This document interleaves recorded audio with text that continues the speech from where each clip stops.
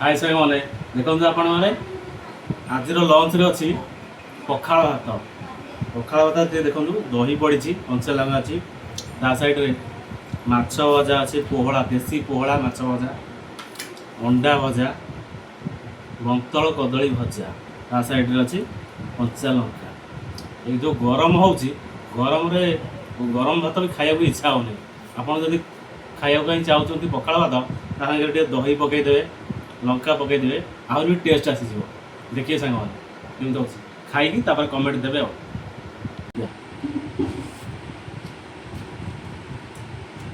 देसी देसी पोड़ा माछ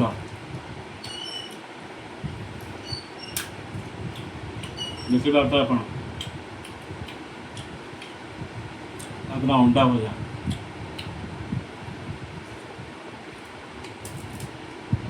पूरा टेस्ट अच्छे।